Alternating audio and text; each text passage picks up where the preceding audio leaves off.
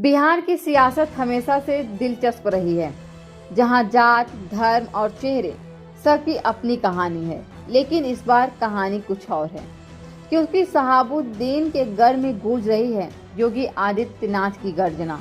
एक ऐसा इलाका जहां कभी डर बोला करता था, अब वहां एक नई आवाज उठ रही है। विकास चाहिए, व्यवस्था चाहिए। सिवान और जमीन जो शहाबुद्दीन की पहचान से जानी जाती थी, आज उसी सिवान में योगी का भाषण चर्चा में है।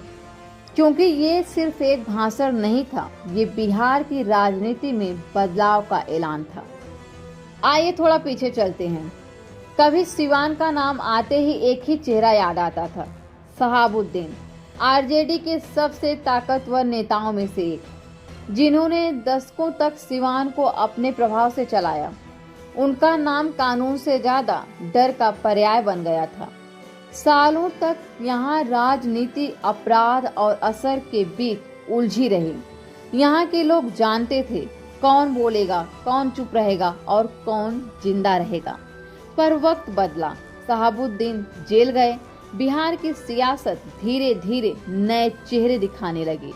पर सवाल वही रहा, क्या सिवान में सच में बदलाव आएगा या सिर्फ नाम का ही बदलाव रह जाएगा? और फिर आया 2025 का चुनावी मौसम।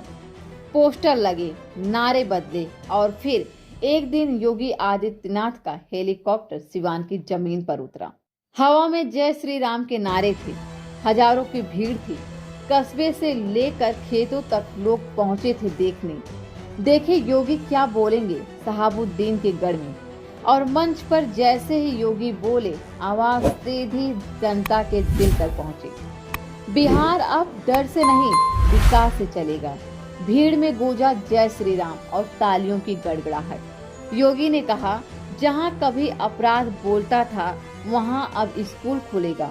जहां कभी गोली चलती थी, वहां अब गीता के श्लोक गूंजेंगे। ये लाइन सिर्फ शब्द नहीं थी, ये बिहार के अंदर चल रहे बदलाव का संकेत थे। योगी का सिवान दौरा सिर्फ चुनाव प्रचार नहीं था, ये एक मैसेज था आरजेडी और महागठबंधनों को कि बीजेपी अब बिहार के हर उस इलाके में पैठ बना रही है जहां पहले उसकी पहुंच नहीं थी। शहाबुद्दीन के गढ़ में योगी की मौजूदगी का मतलब था, हम अब किसी इलाके को किसी के कब्जे में नहीं मानते। पर बिहार की राजनीति कभी एक तरफा नहीं रही है। यहाँ लालू यादव का नाम, तेजस्वी यादव की लोकप्रियता और जातिगत समीकरण आज भी समीकरणों को पलट सकते हैं।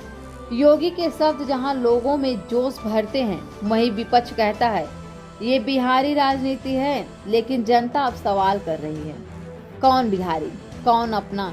जो काम करे वही अपना। और यही सवाल आने वाले चुनाव को दिलचस्प बनाता है। लेकिन जब सिवान के लोगों से बात किया गया तो आवाजें दो हिस्सों में बटी मिली। एक कहती है योगी जैसा वोट नेता चाहिए, दूसरी कहती है बिहार को अपने नेताओं से उम्मीद है। लेकिन एक बात सबके लहजे में थी, डर अब पहले जैसा नहीं है। लोग खुलकर बोल रहे हैं। वो दौर गया जब एक नाम से पूरा इलाका थरथराता था। आज वही सिवान कह रहा है, अब विकास चाहिए, टकराव नहीं। ये बदलाव छोटे छोटे शहरों और गाँवों में दिखाई दे रहा है। लोग सोशल मीडिया पर चर्चा कर रहे हैं, वीडियो वायरल हो रही है और सियासत अब सिर्फ मंच पर नहीं, मोबाइल स्क्रीन पर लड़ी जा रही है। अगर योगी का भाषण बीजेपी के लिए उत्साह का कारण है, तो आरजेडी के लिए चेतावनी थी। क्योंकि शहाबुद्दीन का इलाका हमेशा से आरजेडी का गढ़ माना गया है। और अगर वहां से नारे बदल रहे हैं, तो ये संकेत है बिहार की हवा भी बदल रही है। लेकिन राजनीति सिर्फ नारे से नहीं, नतीजों से तय होती है। 2025 के चुनाव बताएंगे, क्या योगी की गर्जना सिर्फ सुर थी या इसने बिहार की सियासत की कहानी में सच में पलट कर दी। शहाबुद्दीन का गढ़ अब सिवान की पहचान बदल रही है, डर की जगह संवाद ले रहा है और राजनीति अब असर से नहीं, विचार से चलने लगी है। शायद यही बदलाव है जिसे इतिहास आने वाले सालों में याद रखेगा। आप सुन रहे हैं इंडिया अनफोल्ड, जहां हम खोलते हैं भारत की सियासत के असली पन्ने।